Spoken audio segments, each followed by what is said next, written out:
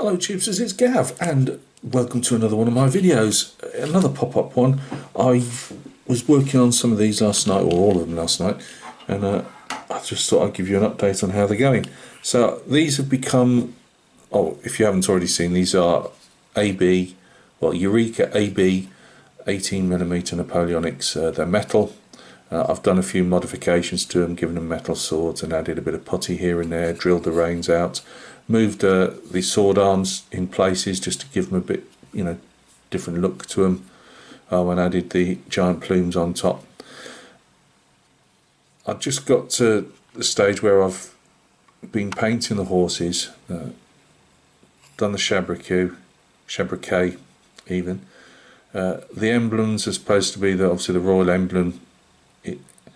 I haven't been able to condense it enough to make it legible, so I've just tried to do not a mess of squiggles, but just try and do what I've seen, but again without making them giant size in the corners here and that. You really have to, or me personally, I can't do better than making the emblems look as much as they look like emblems, if that makes any sense whatsoever, but they don't look like the real one. I've got 10 figures here.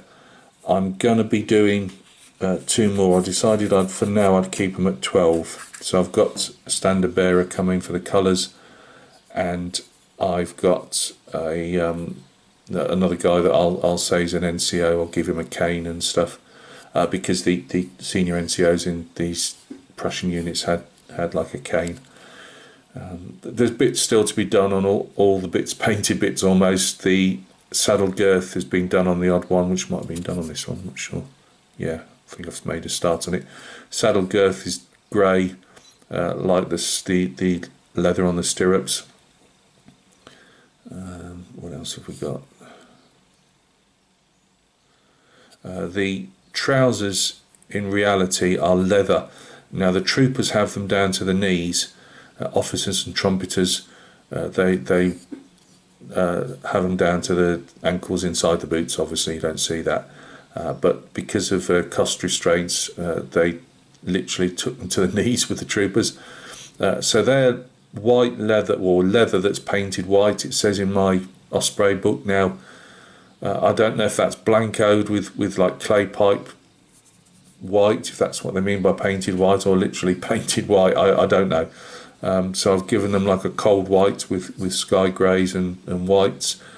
The collet, which is the jacket, that they said had a yellowish hue to it, or a tint in it, because of the thread they were using. So I've tried to replicate that as well.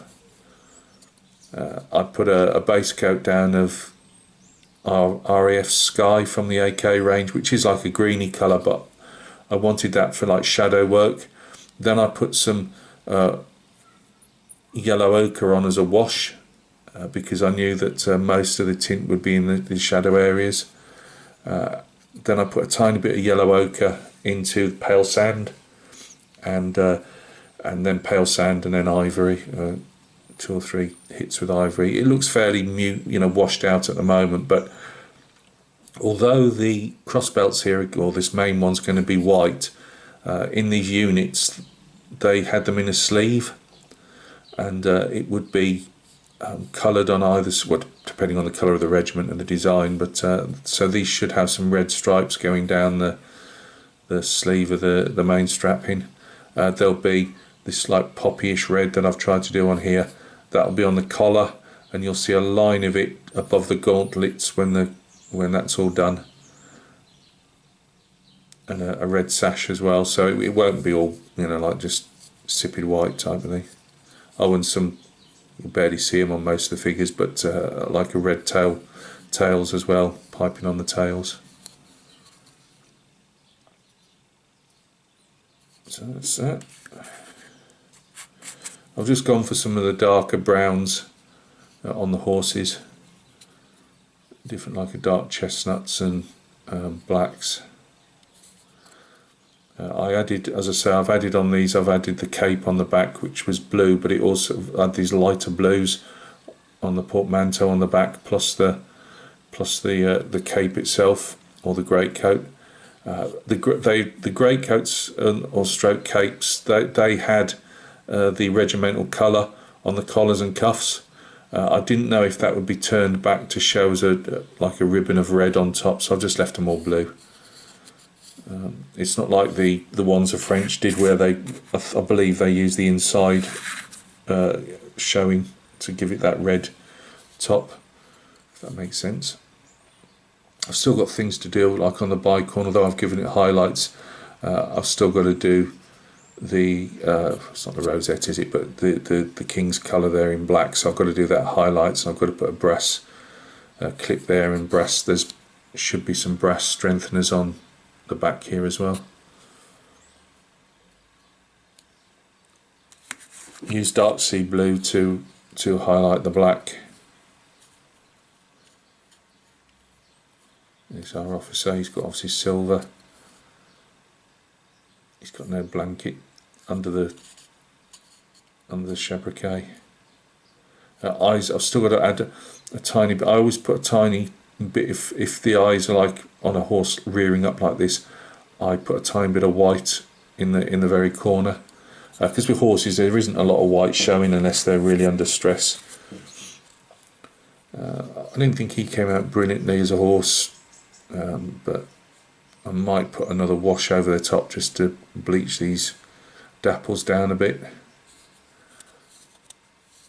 These are quite colourful as well. The not that you can see it at the moment, but they're the swallow's nests on the musician's arm there. He'll have some lines going down the front. You know, the usual type of musicians if you know your Napoleonics, but at least again there'll be a good bit of colour in there as well, and he'll have the poppy red over the top of his hat as well.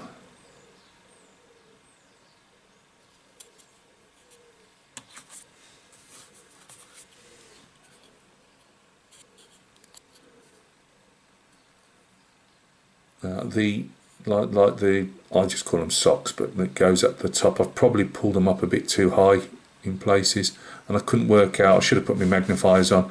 Couldn't work out if they've been sculpted that high up, or if I've just read it wrong. But I just thought, oh, it'll do for me.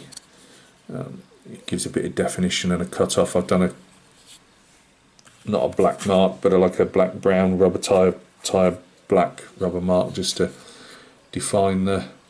That one's too heavy and it's too dark. That will need to be bleached down a bit. But I'll do all that in the clean-up process. See, that one's not too bad, that size, but that one's way too thick and dark, so it does look just like a black line across his trousers. All these I've left on for strength. Some, you know, they're not brilliant, and you can cut these off, but I'm going to be moulding. I'll make something out of these when I come to base them. I don't know the base sizes yet. I don't think General Armée actually tells you base sizes. I think they let you use what you want to use, but I'll have to find out some base sizes of some description before I put them on. But as I say, it's going to be 12 figures. I've got his teeth showing in there somewhere. Yeah, it's going to be 12 figures. These guys didn't have any powder in their hair. I believe the Saxons at this period did, but the Prussians didn't, unless they were on parade. They said very occasionally the officers in the field might do, but they tended to have the natural hair without having to grease it and powder it. So here we go. So next time you see them, they should be done, apart from obviously as usual I've got to add two. I did an order that's killed me financially. I've ordered, obviously I've got the two figures to make this Graf Henckel red. Did I say Graf Henckel? I think I did. Or Henckel. It's Henckel or Henschel now. It's Graf Henckel. I think it's the #1 Cuirassier Regiment. But Graf Henckel, I'll have two figures to add to those to make up to the 12, and I was thinking of putting them on bases of 3. And I thought, oh, hang the expense, I'll get a regiment of dragoons. There is another in this particular I should be telling you what division and brigade, but to be honest with you, it's the 1st Division, I believe. And this is obviously under General Hohenlohe's army, I think so. Anyway, we'll get into the weeds of that once I've got this. We'll have a chat about this once it's based and painted, painted and based. So I've got a regiment of dragoons to do next, just for a change, and then the only other there'll be another Cuirassier regiment, because the Prussians, it was almost like early France 1940, where they seemed to penny pocket their cavalry out, and yet it was supposed to be the best arm of the Prussian military. I could understand a Hussar regiment, but I believe, there's a Hussar regiment, I believe, might be in this one as well. I can't remember now, but two or three cavalry regiments. As I say, we'll have one done. We'll have the dragoons, then another. Then when I've got the money, there'll be another Cuirassier regiment. I've got, and I thought this is where it broke me. I thought, well, I might as well. I've got, with the postage in that, I'm a devil for just doing sending off for one regiment if I'm doing something, because they're also expensive, and that's not an infliction on Eureka. I mean, it's just across the board, isn't it? It's just how hobbies are. I just thought, well, you're going to be doing this, then you're going to be sending off for a regiment, because I wanted to do a couple of regiments of musketeers next for the same division. And I just thought, oh, you might as well just do the 2 regiments of foot you wanted, plus the cavalry. So that's hit me a big old whack, but it'll keep me going for a good few months, and then hopefully I'll have some resources when I've painted all those up. We'll move on to another Cuirassier regiment, and probably I think there is another Fusilier regiment in there. I'm not sure, but another Musketeer regiment. But I'll probably do a Fusilier regiment next, or a couple of Grenadier regiments, whatever. But whatever's in this division, and there's a battery of 12-pounders, I believe. So that's something else we got. So within that division, I'm just mixing it up, just so it's not painting the same all the time, if that makes sense. So look out for that one. I don't know if I'll do an unbox. Obviously, I've got 2 regiments. I've got them all in marching poses, but I will be doing some firing poses as well. I'll probably do a Fusilier regiment in a firing pose. I bought some skirmishers as well to go with it for the 2 regiments, and a few extra officers I've got from other, say in the AB range, but just ones that I might be able to convert slightly, just to give the officers, because I like an officer on each base. I've said that about the 28, so I don't get to do it obviously for my own work, but I do like to put extra officers and drummers on the bases, just to make them look, and then sergeants and stuff, just to make it look a bit more than just one block of marching blokes. So thank you very much for stopping by and taking a look. As I say, I just thought I've got them on the bench and I needed to move them, because I'm going to actually supposed to stock all the those War Games Atlantic 95th rifles, and I never got round to it. So I'm going to be doing that now.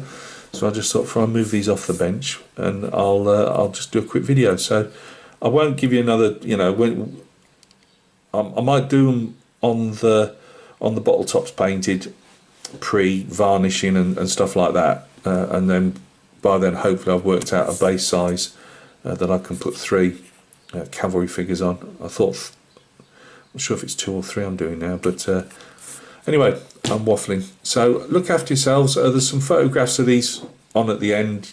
As I say, because it's still white faces, gloves, or gauntlets and plumes and swords, the white that I have done is a bit insipid, if that makes sense. But next time you see them, that we'll have some nice poppy red, sort of poppy red, mixed up my own colours and made them a bit brighter for the figures. But poppy red splashed all over them, literally, hopefully, and some nice faces on them and stuff, and at least they'll be ready for basing. And I've been told today that Eureka UK have shipped them out, so hopefully in the next few days I'll be able to show you the musketeers and the dragoons. Right, thank you very much, and we'll catch each other very soon on another video.